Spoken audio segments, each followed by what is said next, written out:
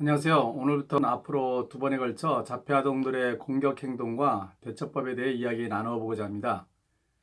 자폐 성향의 아이들이 참는 행동이나 자해 행동과는 별개로 공격 행동도 흔히 보이는데요. 여기에는 몇 가지 원인이 있습니다. 첫 번째는 지난번 이야기했듯이 주변에서 자주 짜증나게 만들기 때문에 그것이 일종의 습관처럼 되어버린 경우입니다. 자폐 성향의 아이들은 어렸을 때부터 주변에서 늘 안 돼, 아니야, 하지마 라는 소리를 듣고 자라서인지 이런 말에 유독 예민한 반응을 보이곤 합니다. 그래서 이런 아이들은 지난번 말씀드렸다시피 부정적인 말 대신에 아이의 감정, 아이의 마음을 읽어주는 방법으로 지도해 보세요. 속상했구나, 아팠겠구나, 기분 상했겠다, 뭐뭐 했구나, 뭐뭐 했겠다라는 어투 기억나시죠? 그런데 학습 상황에서는 아이를 다독여주는 말을 사용해 보시기 바랍니다. 자폐성향 친구들은 실패 경험의 누적으로 인해 약간 어려워도 쉽게 짜증을 내는 편입니다.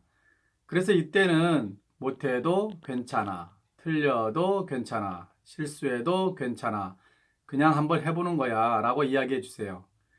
이런 말은 아이에게 매우 도움이 됩니다. 경험적으로 저는 이 말을 수업 들어가기 전에 아이들에게 의무적으로 따라하게 하거나 앞에 말을 제가 해주고 아이로 하여금 괜찮아를 할 수 있도록 유도합니다. 예를 들어 제가 못해도 라고 하면 아이는 괜찮아. 또 제가 틀려도 라고 하면 아이는 괜찮아. 제가 실수해도 라고 하면 아이는 괜찮아 라고 하게 하는 겁니다. 그러면 제가 다시 한번 그래 괜찮아 그냥 한번 해보는 거야 라고 말해줍니다. 그러면 짜증내던 아이도 마음을 차분히 가라앉히고 도전하는 것을 많이 봐왔습니다. 두 번째로 공격 행동은 화가 다스려지지 않는 감정 상태일 때 나온다는 것입니다. 일부 학자들의 연구에 따르면 감정이 상했을 때는 지능이 20 내지 30% 떨어진다고 하는데요. 실제로는 감정이 상했을 때 200 내지 300% 떨어지는 것 같습니다. 한마디로 미친 거나 다름없죠. 그 증거로는 주변에서 사랑하는 연인끼리 또는 가족끼리 폭력 행사들을 벌였다는 소식들이 바로 그겁니다. 나중에 들어보면 모두가 순간적인 화를 삭히지 못해 발생하는 경우가 대부분이죠. 그만큼 화가 났을 때 내리는 판단이나 행동은 이성적이지 못합니다. 마치 술에 취한 상태와 같은 것이라고나 할까요? 세 번째는 성적으로 흥분되었을 때, 특히 남학생의 경우 성기가 발기되었을 때도 공격 행동을 보입니다. 얌전하던 자폐성향 친구들도 사춘기 때는 공격적으로 바뀌는 경우가 종종 있는데요.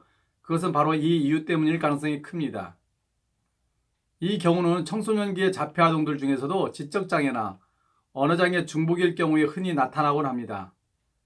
자폐성향 친구들은 종종 지적장애와 함께 오는 중복장애가 많은데요. 사춘기 때는 특히 남학생들이 시각적으로 쉽게 성적으로 반응합니다. 이 성적인 흥분 상태에서의 공격 행동은 다른 공격 행동과는 전혀 다른 종류죠. 일반인들이나 순수 자폐 성향의 아이들은 성적으로 흥분해도 공격 행동을 잘하지 않은 반면 언어 장애가 있는 자폐 성향 아이들은 공격 행동으로 나타나는 경우가 흔한 것 같습니다.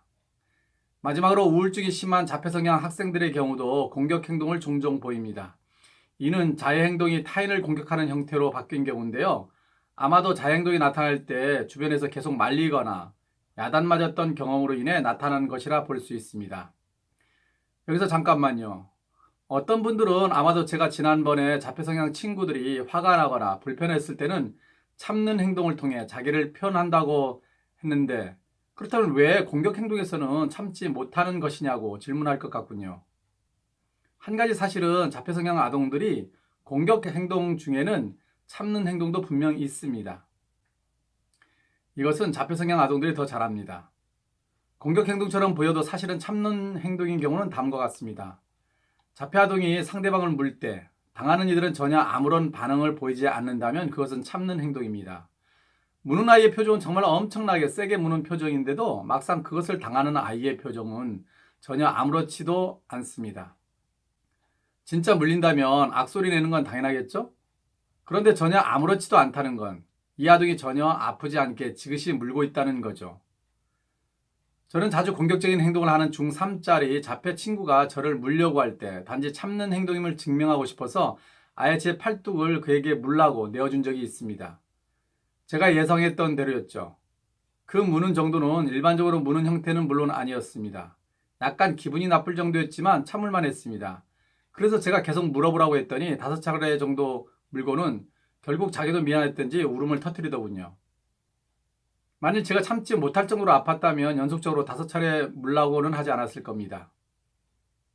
그런데 만약 자폐 학생이 이런 류의 공격적인 행동을 주변에서 무조건 막으려고만 하면 더 위험해집니다.